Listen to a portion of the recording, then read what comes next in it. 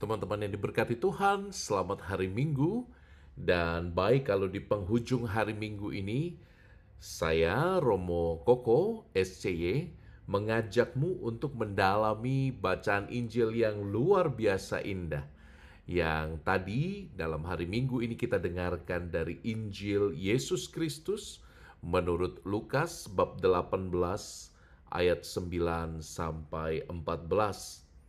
Kita selama 20 menit ke depan akan berbincang-bincang tentang apa makna dari Injil yang sangat indah ini, perikopa tentang seorang Farisi yang berusaha membenarkan dirinya di hadapan Allah, dikontraskan dengan kisah seorang pemungut cukai yang dikenal sebagai orang berdosa, orang yang menghisap darah bangsanya sendiri, orang yang berkhianat terhadap bangsa Israel karena dia menyusahkan hidup banyak orang. Kita akan lihat bagaimana permohonan ampun dari si pemungut cukai ini oleh Tuhan Yesus diangkat sebagai sesuatu yang membenarkan, memuliakan. Sebelumnya, semoga engkau dalam keadaan baik-baik saja ya. Kalau engkau sakit, engkau sedang bergumul dengan satu dua hal, Romo berdoa supaya engkau dikuatkan, diteguhkan, dan dipulihkan. Sebelum kita merenungkan Injil minggu ini, baik kalau kita berdoa, kita minta karunia Roh Kudus ya. Dalam nama Bapa dan Putra dan Roh Kudus. Amin. Bapa Maha Rahim, curahkanlah Roh Kudus-Mu ke dalam hati kami, supaya firman-Mu yang diwartakan dalam kitab suci hari ini menjadi sungguh-sungguh bagian hidup kami yang tidak terpisahkan. Bantulah kami untuk melihat diri dengan jujur. Bantulah diri kami untuk mengakui bahwa kami membutuhkan rahmat. Dan lebih dari itu Tuhan, bantulah kami sadar bahwa hidup kami sejatinya adalah pertobatan yang terus-menerus. Ajarkan kami berani menepuk dada kami, menebah dada dengan rasa penyesalan akan dosa, dan bangkit dengan semangat yang positif untuk menyambut hidup dengan segala kemungkinan-kemungkinan baik. Kuasailah percakapan rohani kami hari ini.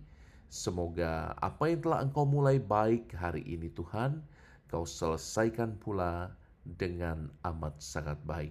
Kami serahkan hidup dan ada kami hanya di dalam nama Yesus Kristus Tuhan dan pengantara kami.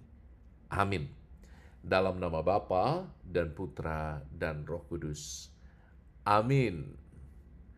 Nah, teman-teman yang diberkati Tuhan, saya tergelitik untuk mengupas bacaan hari ini, terutama bacaan Injil, sekali lagi dari Lukas bab 18 ayat 9 sampai 14, perumpamaan tentang orang Farisi yang membenarkan dirinya sendiri. Engkau pasti udah tahu ya perikopanya ya.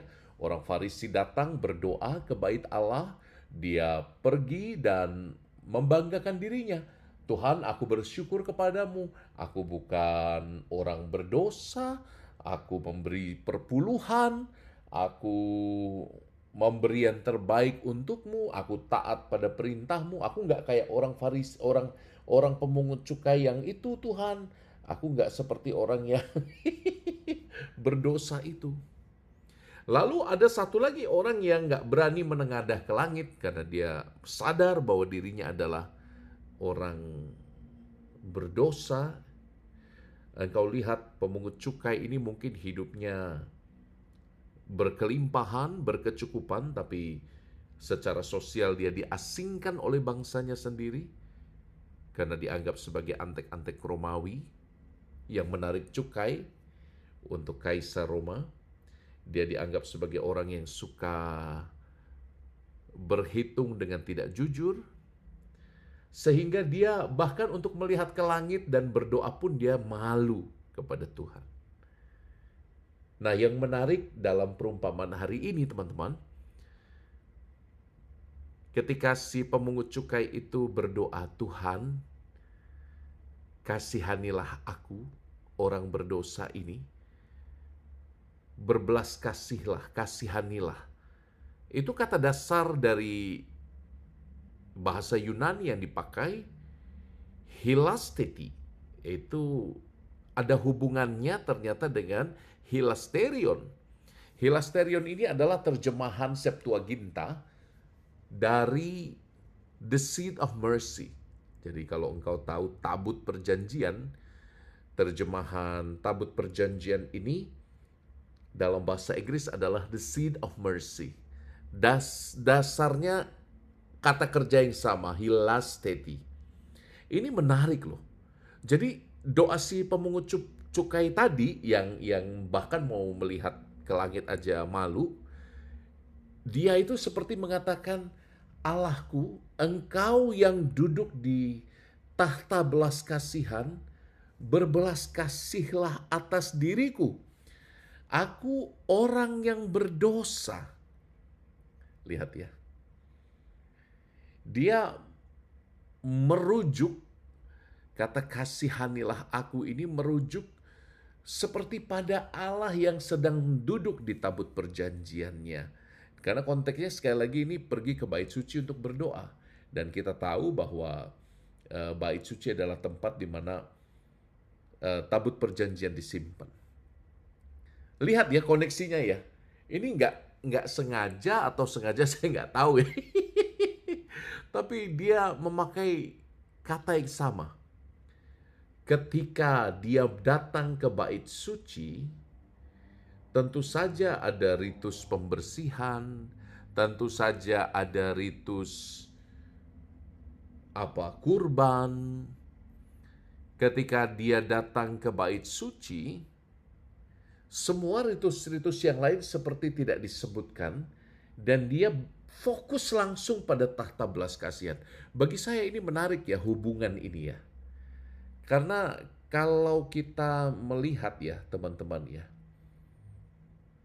bukankah di dalam liturgi gereja yang kita imani, gereja Katolik, kita juga melihat hubungan antara tobat dengan ritus kurban yang akan kita rayakan. Setiap kali kita memulai Ekaristi, kita memulainya dengan apa?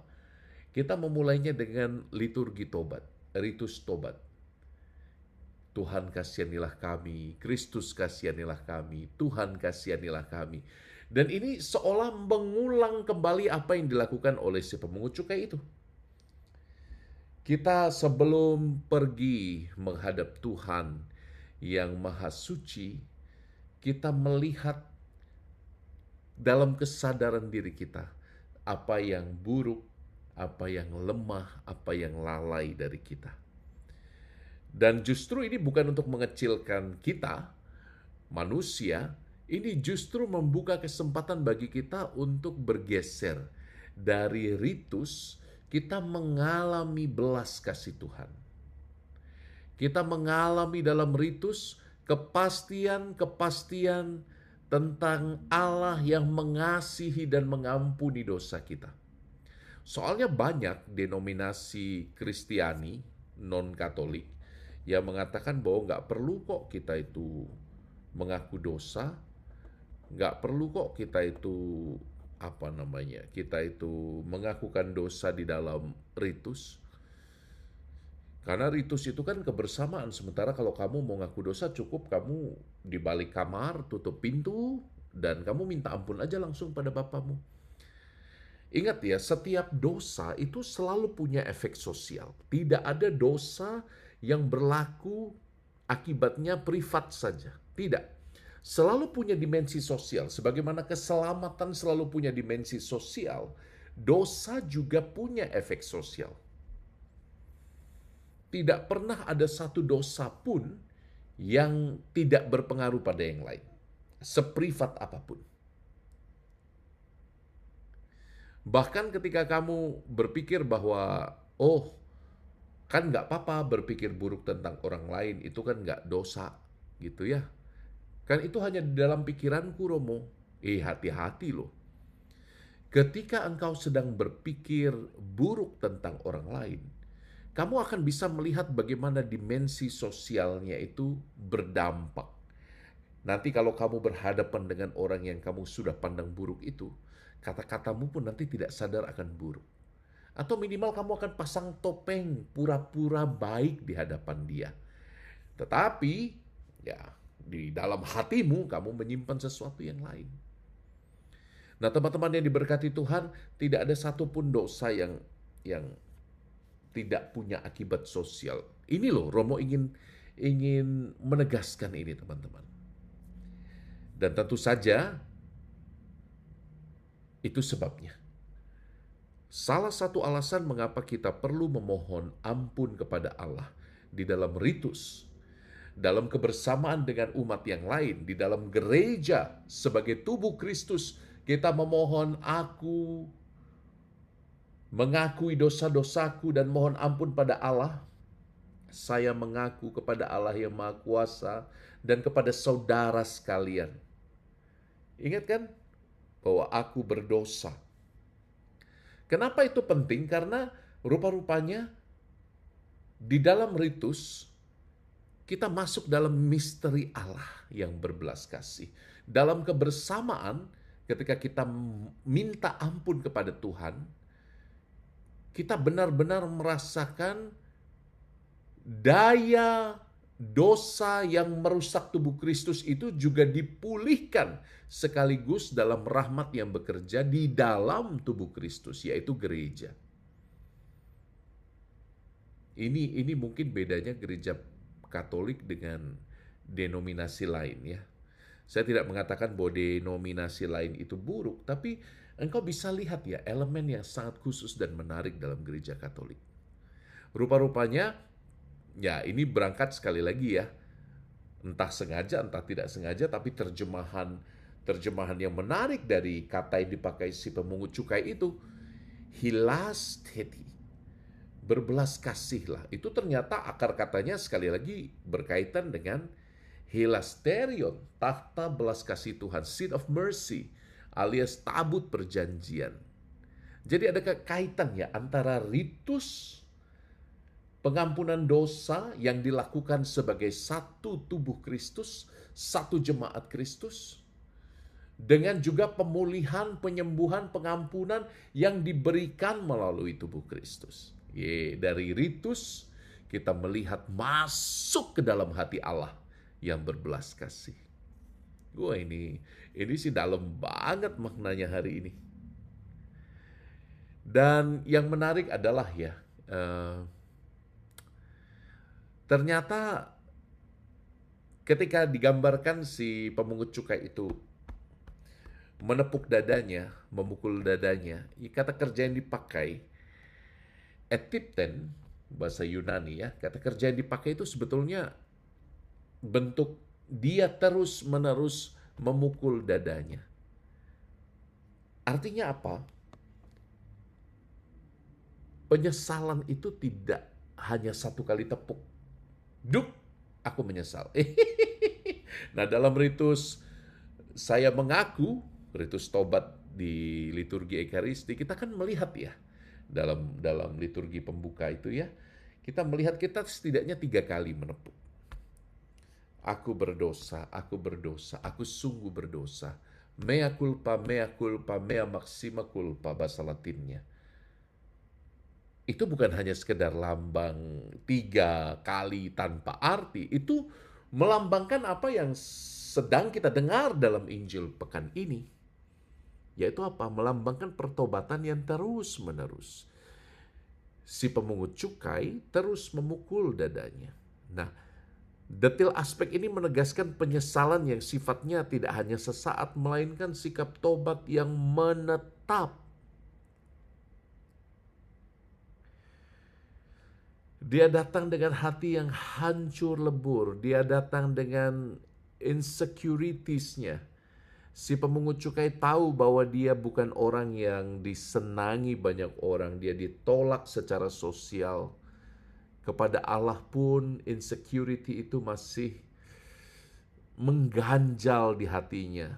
Dan begitu banyak orang zaman ini, teman-teman, tidak berani menatap tahta kerahiman Allah.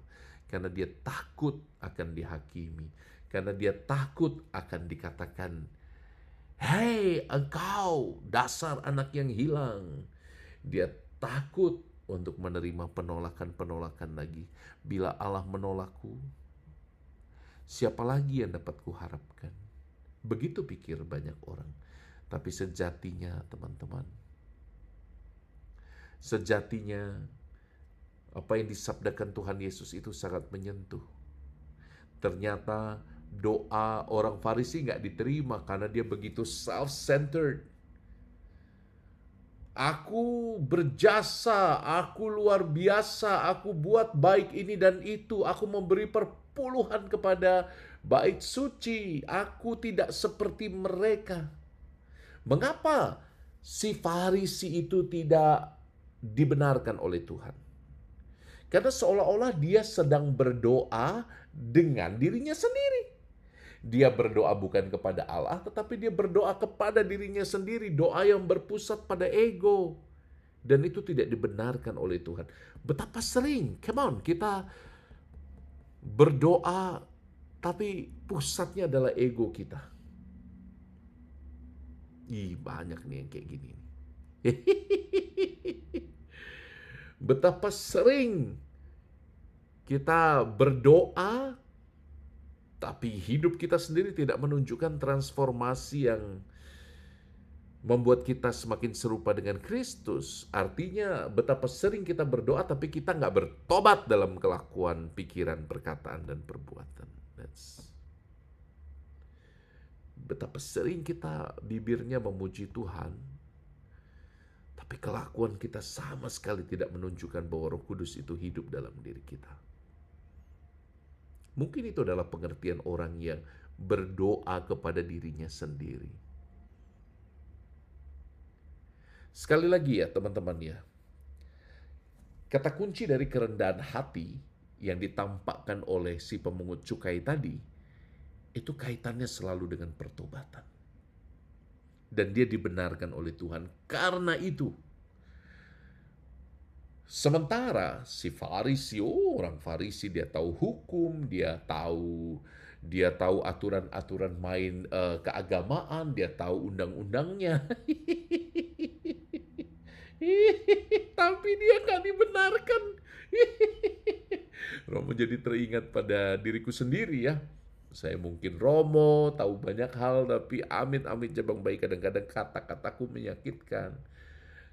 Kadang-kadang saya tidak bisa mencerminkan hadirnya Kristus. Aduh, ketika baca Injil hari ini, ketabok.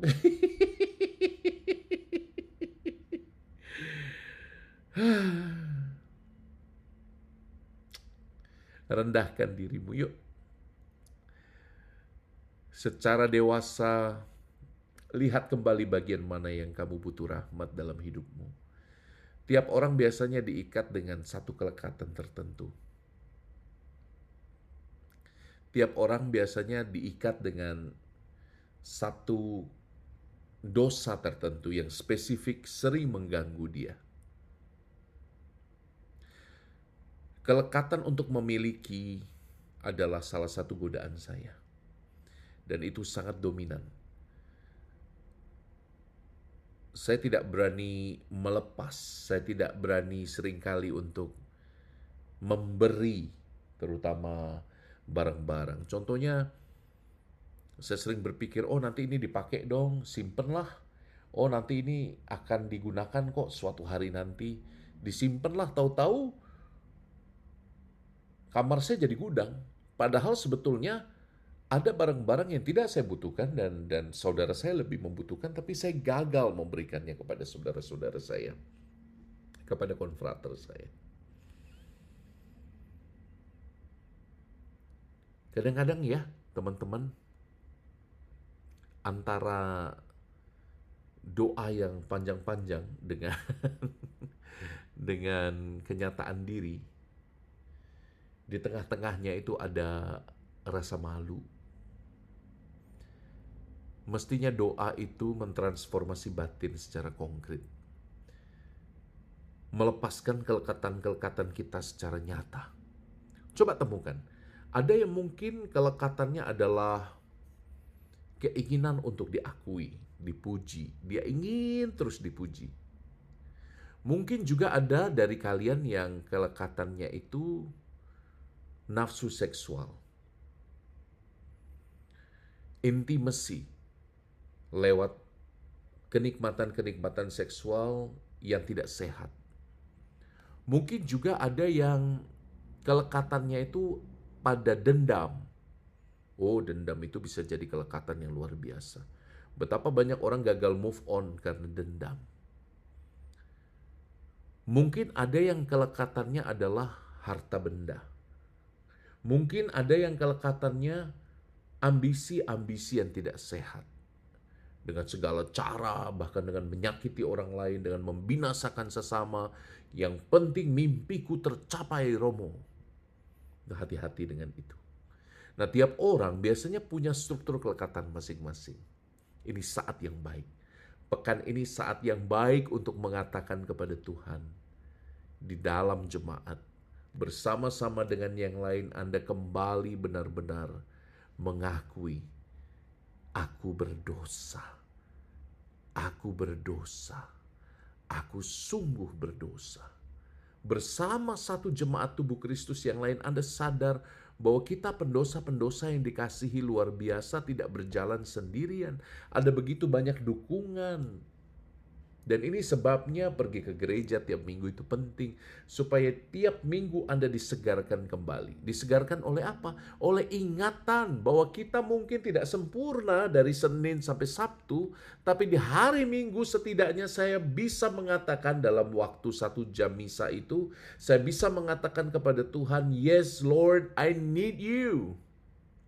Dan itu bukan cuma saya sendiri, saya bersama teman-teman jemaat beriman yang lain mengatakan, yes Lord, ampuni kami, beri kami rahmat untuk maju lagi, dan kau pulang dengan perasaan, dengan kenyataan dibenarkan oleh Tuhan.